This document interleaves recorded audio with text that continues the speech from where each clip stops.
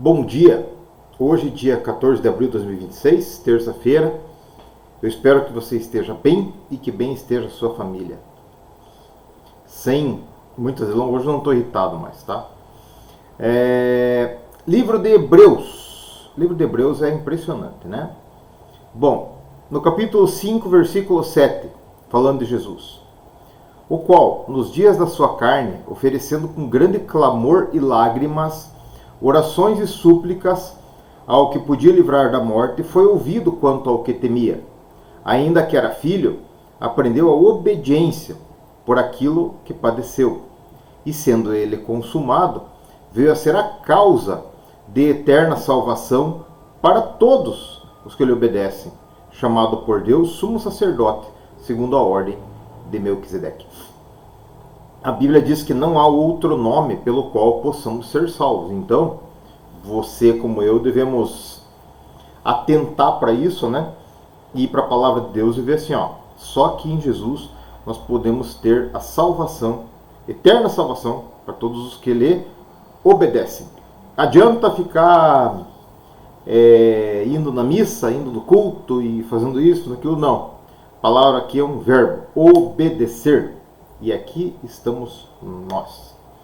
Mas, no 6, ele fala sobre os rudimentos da doutrina de Cristo, que a gente chama fundamentos. Tá? Uma vez eu fiz uma série de fundamentos na minha célula, que estão bem feitas, que o povo que estava indo batizar desistiu de batizar. Não foi tão legal assim, mas eu expliquei o que era uma coisa e o que era outra. Então ele diz assim, pelo que, deixando os rudimentos da doutrina, ele está falando o seguinte, está falando para os hebreus, vocês já aprenderam o básico. Deixando os rudimentos da doutrina de Cristo, prossigamos até a perfeição, não lançando de novo o fundamento do arrependimento de obras mortas. O que é arrependimento de obras mortas, gente? É deixar de fazer, tá? Se fazer errado, você não faz mais. Fé em Deus, tá? Doutrina dos batismos, imposição de mãos, ressurreição dos mortos e juízo eterno. Isso faremos se Deus o permitir. Agora vejam que interessante.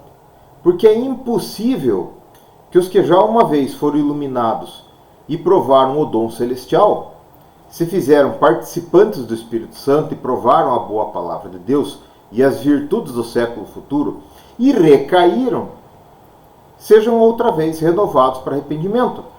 Pois assim quanto a eles, de novo, crucificar o Filho de Deus e o expõe ao vitupério. Em outro canto ele fala assim, o cachorro volta para o seu vômito e a porca volta para a lama. A minha interpretação a respeito disso aqui é a seguinte, que quem volta para o pecado, assim, eu não falei quem peca, porque nós já conversamos sobre isso aqui, e João fala claramente assim, que não é para a gente pecar. Não peque mais, Jesus falou para a mulher no poço. E João falou assim, que não é para a gente pecar. Mas, se a gente pecar, nós temos um advogado perante o Pai, que é Cristo Jesus. Ponto. A interpretação boa disso aqui é a seguinte. Você conheceu a palavra de Deus, tá? Você segue a palavra de Deus, você obedece. Porque é melhor obedecer do que sacrificar. É o que está escrito. Aí, como é que funciona a coisa? Funciona assim. Você se torna participante do Espírito Santo, participante da videira. E começa a viver uma vida para Jesus em obediência, tá? Vou de novo. E sendo ele consumado, veio a ser a causa de eterna salvação para todos os que lhe obedecem. Causa de eterna salvação para os que lhe obedecem. Nós temos muitas doutrinas de igrejas. Você pode pegar e pode usar a doutrina que você quiser. Mas se você for seguir a Bíblia, a palavra de Deus, é Jesus que é a causa de salvação para os que lhe obedecem. Não adianta você orar ou rezar para um ou para outro, que não vai funcionar. Porque a Bíblia diz que Jesus é a causa da eterna salvação para todos os que lhe obedecem. Quando você tiver alguma dúvida do que eu estou falando, vai lá em Hebreus 5, capítulo 9, versículo 9, leia. E aí procura no Google e nenhum outro nome salvação e tal, você vai achar. Bom, mas voltando ao assunto, a minha interpretação disso aqui é a seguinte, porque há muita divergência sobre tudo isso aqui. Tem uns que dizem que uma vez salvo, você não perde a salvação e tal. Perde sim, está escrito aqui. Tá? Voltou pro vômito, voltou para a lama, lascou-se, né? Não tem mais.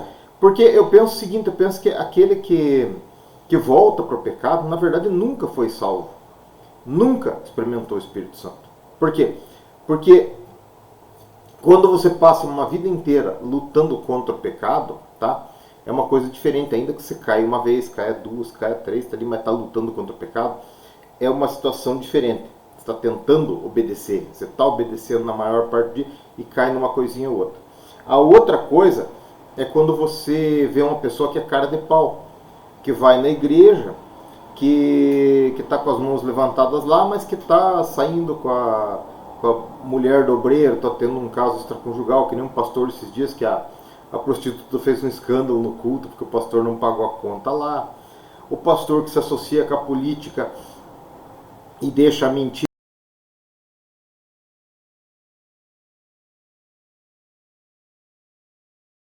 focando o cara porque é rico e leva um bom dízimo, uma boa oferta, ele ia dar bons mimos.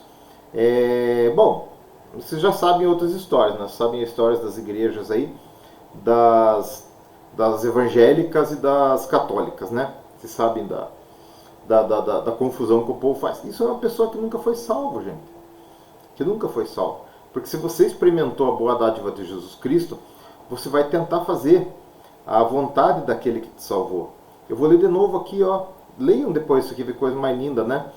Qual nos dias de sua carne, Jesus oferecendo um grande clamor e lágrimas, orações e súplicas. Jesus estava sofrendo um monte para ir para aquela cruz.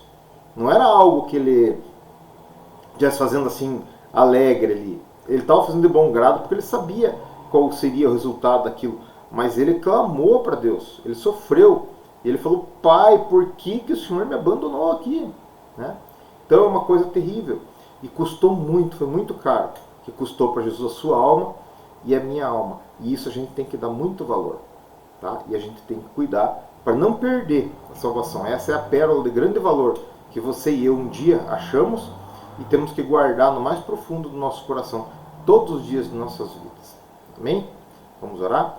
Senhor, obrigado porque o teu sacrifício não foi vão. Nós sabemos que ele foi um sacrifício perfeito, eficaz e que custou muito. Mas nós queremos valorizar esse teu sacrifício. Muito obrigado pela tua palavra, muito obrigado pela minha vida, pela minha família, pela vida e pela família desse meu irmão que está me ouvindo. Eu peço que o Senhor esteja abençoando as nossas casas, nossos trabalhos e tudo que é nosso. Nos ensina, Senhor, a sermos obedientes, a entender a tua palavra e a obedecer, para valorizar esse sacrifício tão grande que nos permitiu a eterna salvação. É o que nós te pedimos em nome de Jesus. Amém? Tenha um dia muito abençoado para você e para toda a sua família.